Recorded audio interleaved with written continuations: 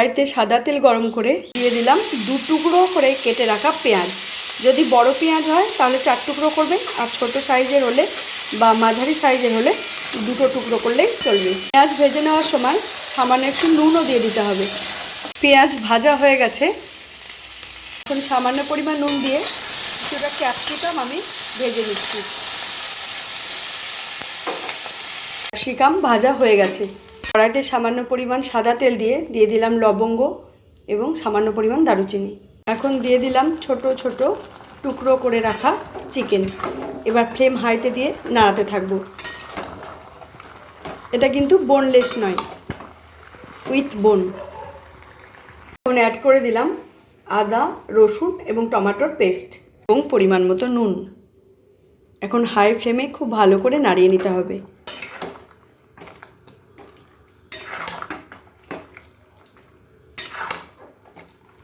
মাংস থেকে তেল এবং জল দুটোই বেরোতে শুরু করেছে। যাই হোক, জলটা শুকিয়ে আসা অবধি আমাদের অপেক্ষা করতে হবে এবং আলতো হাতে নাড়াতে থাকতে হবে। মাংসের জল কিন্তু অনেকটাই শুকিয়ে এসেছে। এখন ফ্লেম একেবারে লোতে করে দিয়েছি। এখন অ্যাড করে দিলাম ভেজে রাখা পেঁয়াজ। এবার আলতো হাতে একটু নাড়িয়ে নেব।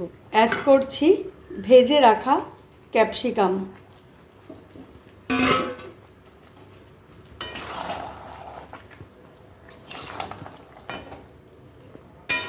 সব কিছু খুব আলতো হাতে কিন্তু নাড়াতে হবে।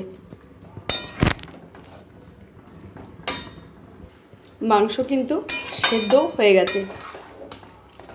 বেশ খানিকটা টমেটো সস আমি অ্যাড করে দিয়েছি। এখন যদি মনে করি যে আরেকটু লাগবে তো আবারও অ্যাড করতে হবে। হ্যাঁ, মনে হচ্ছে আরেকটুও লাগবে।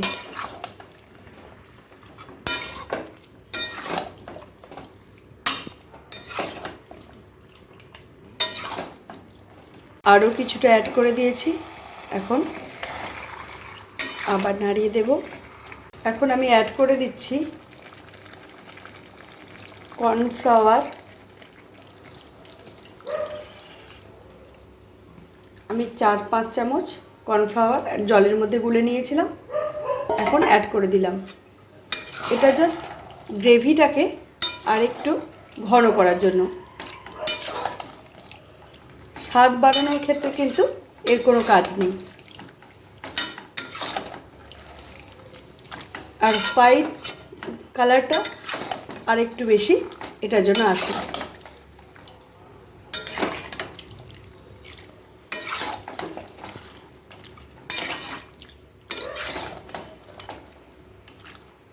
ইচ্ছে করলে আর একটু জল অ্যাড করা যেতে পারে।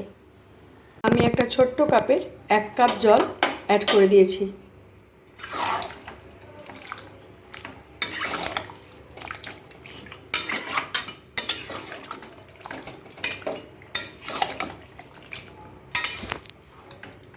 জলটা আপনারা পরিমাণ মতো অ্যাড করবেন, ঠিক যতটা গ্রেভি আপনাদের প্রয়োজন।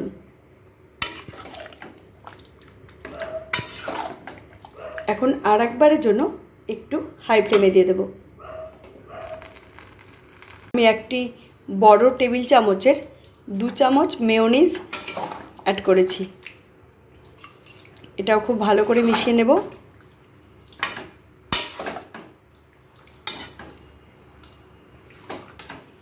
সব কিছুই করতে হবে কিন্তু খুব হালকা হাতে।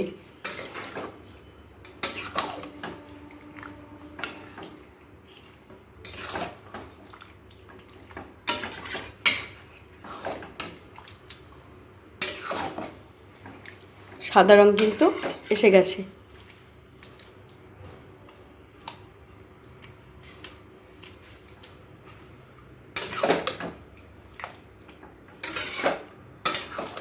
করলাম রেড চিলি সস। এখন অ্যাড করব কিছুটা পরিমাণে গোলমরিচ।